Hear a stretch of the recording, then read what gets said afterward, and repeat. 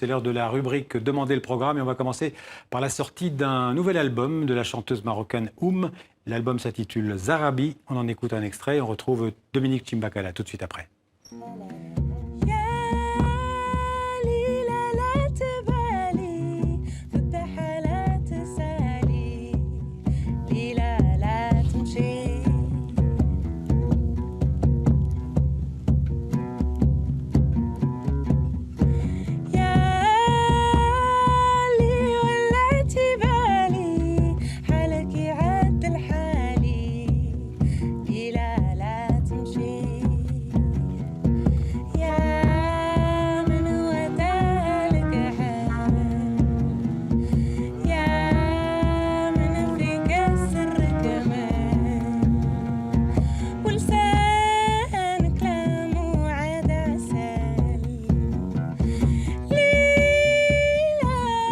Bonsoir Dominique. Bonsoir Xavier. Donc l'album Zarabi de la chanteuse marocaine Oum, c'est son deuxième album. Oui, c'est son deuxième album et c'est tout un programme, Zarabi, parce que vous savez, en arabe dialectal, Zarabi, ça veut dire tapis. En fait, c'est un hommage aux tisseuses du village de Mohamed El Ghizlan qui fabriquent leurs tapis à partir de vêtements usagés que les clients viennent apporter eux-mêmes et qui assemblent qu'on voit sur un l'image. peu comme la coiffure, effectivement, et donc qui fabriquent quelque chose de neuf. Eh bien, c'est la même chose finalement pour cet album qui est à la fois traditionnel, contemporain, qui est en tout cas fait de plusieurs assemblages de différents rythmes musicaux et qui est un hommage finalement à la diversité musicale et culturelle du Maroc. On va regarder tout de suite ça avec ce reportage.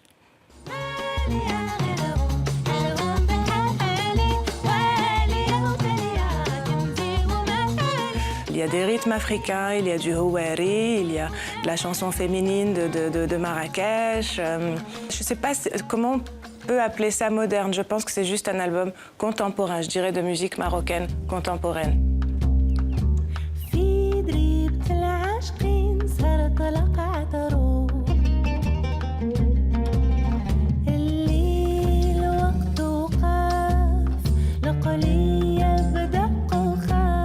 Je parle du désert, de la nuit, des gens, je parle des femmes, je parle du désir qu'ont ces femmes pour ces hommes qui existent ou pourraient exister.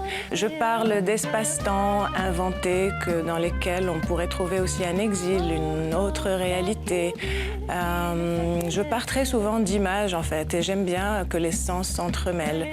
J'aime bien inventer d'autres réalités. Je pense qu'il y a dans l'exercice de la musique cette liberté-là, autant pour nous qui la faisons que pour ceux qui la reçoivent.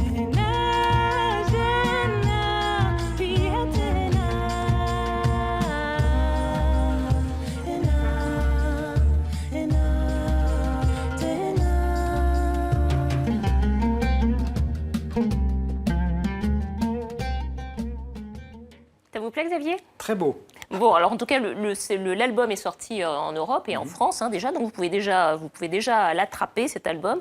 Et il sort à partir du 1er novembre au Maroc. Et d'ailleurs, à cette occasion, Oum se produira à l'Institut français à Casablanca le 10 novembre. Voilà. Alors pour l'instant en France, c'est l'année France-Corée, l'occasion d'explorer la culture de ces deux pays de façon croisée. Et vous allez nous parler d'une très belle exposition qui a lieu en ce moment au musée Guimet à Paris sur les intérieurs coréens. Absolument, c'est une exposition qui présente des costumes et du mobilier traditionnel des maisons coréennes, costumes et mobilier traditionnel, mais aussi des œuvres de la brodeuse contemporaine qui s'appelle In Sung-son. C'est sur la façon aussi dont elle a réinventé cet art ancestral de la broderie. Et je devrais dire que c'est une expo résolument féministe. Je suis sûre que ça va beaucoup vous plaire, ça, Xavier. Ça me déplaît pas en tout cas. Parce que finalement, c'est une exposition qui insiste beaucoup sur la façon dont les femmes se sont servies de cet art, de la broderie, pour s'émanciper. On va voir ça tout de suite. On a tourné ce reportage avec Vincent Fayolle. On regarde.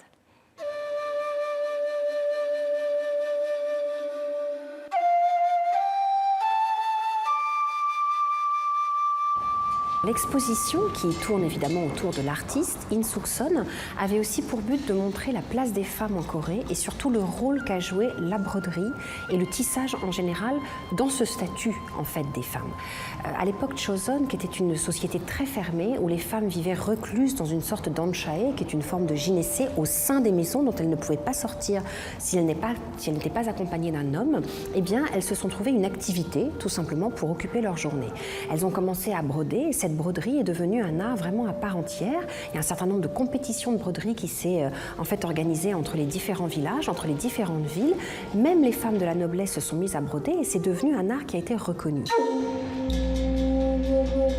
Donc, quand on rentre dans l'exposition, on est d'abord accueilli par quelques pièces qui datent de l'époque Joseon, du 19e siècle, pour montrer l'usage du costume en Corée et pour expliquer comment les femmes étaient vêtues. En général, elles avaient une petite veste courte qu'on appelle un chogori sur une haute jupe qui se portait en fait sous la poitrine, qu'on appelle un chima. Et donc elles avaient, si vous voulez, leur corps qui était quand même assez dissimulé par cet ample vêtement. Et donc nous avons voulu exposer un certain nombre d'objets qui viennent des collections du musée Guimet et qui ont été acquises en 2010. Ensuite, nous nous intéressons à l'œuvre vraiment d'In Suk-son, qui est une artiste contemporaine, qui est vivante, qui a à peu près 70 ans aujourd'hui, et qui est issue d'une grande famille de brodeuses. Et on voit comment elle a retravaillé les costumes d'enfants, retravaillé les costumes traditionnels, les manteaux de mariée que j'ai derrière moi, qui est un hwarot, c'est-à-dire un manteau à fleurs et qui est porté lors des mariages, lors des grandes cérémonies. C'est un des vêtements les plus travaillés, les plus brodés en Corée.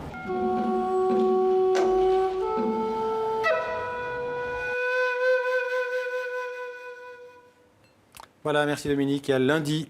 À lundi. Pour vous.